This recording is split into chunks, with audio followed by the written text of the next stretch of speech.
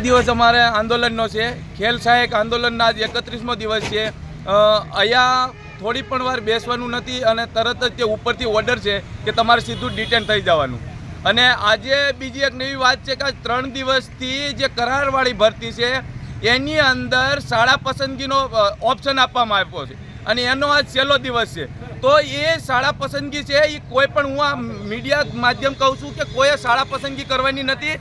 કાયમિક માટેની વાત છે, કાયમિકનો હક લઈ અને જવાનું છે. અને કાયમિક માટેની જે વાત છે એ વાત પૂરી ના થાય ત્યાં સુધી શાળા પસંદ નથી કરવાની. આ બધા લોલીપોપ છે અને કોઈએ શાળા પસંદ કરવાની નથી. હું ગુજરાતના જેટલા પણ ખેલ સહાયક મિત્રો છે એને કહેવા માંગુ છું કે કોઈએ શાળા પસંદ કરવાની નથી. અત્યારે કરારવાળી સ્વીકારવાની નથી. એટલા માટે 31 દિવસ અમે અહીંયા તપ નથી ધરતા.